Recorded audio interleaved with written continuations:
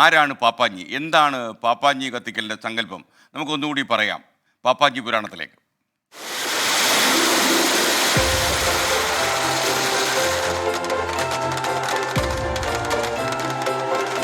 പപ്പാഞ്ഞി ഇല്ലാതെയുള്ള new year പശ്ചിമ കൊച്ചിക്കാർക്ക് ചിന്തിക്കാനാവില്ല. പക്ഷേ പപ്പാഞ്ഞി എന്താണെന്നോ ആ സങ്കല്പത്തിന് പിന്നിലെ കഥ എന്താണെന്നോ പലർക്കും അറിയില്ല. പപ്പാഞ്ഞി എന്ന പോർച്ചുഗീസ് വാക്കിന് മുത്തച്ഛൻ, വൃദ്ധൻ എന്നൊക്കെയാണ് അർത്ഥം. കടന്നുപോകുന്ന വർഷത്തിന്റെ പ്രതീകമായി വയോധികന്റെ രൂപത്തിലാണ് പപ്പാഞ്ഞിയെ ഒരുക്കുന്നത്.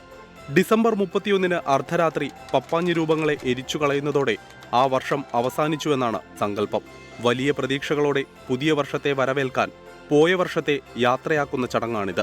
1980കളുടെ തുടക്കത്തിൽ കൊച്ചിൻ കാർണിവൽ ആരംഭിച്ചപ്പോൾ പപ്പാഞ്ഞി കത്തിക്കൽ കാർണിവലിന്റെയും ഭാഗമായി മാറി.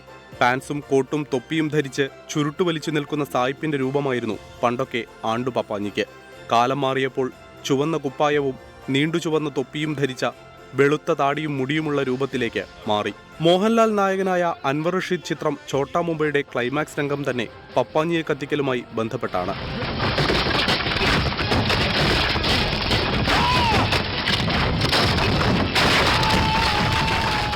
വൻ ജനസഞ്ചയത്തിനു മുമ്പിൽ പപ്പാഞ്ഞിയെ കത്തിക്കുന്നത് അപകടം വരുത്തിവെക്കുമെന്ന് അഭിപ്രായപ്പെടുന്നവർ ഏറെയാണ്.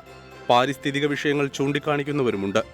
എന്തൊക്കെയായാലും കൊച്ചിയുടെ പുതുവത്സരാഘോഷങ്ങളിൽ ഒഴിച്ചുകൂടാനാവാത്ത ചടങ്ങായി പപ്പാഞ്ഞി കത്തിക്കൽ മാറിയിട്ട് പതിറ്റാണ്ടുകളായി. Research desk 24.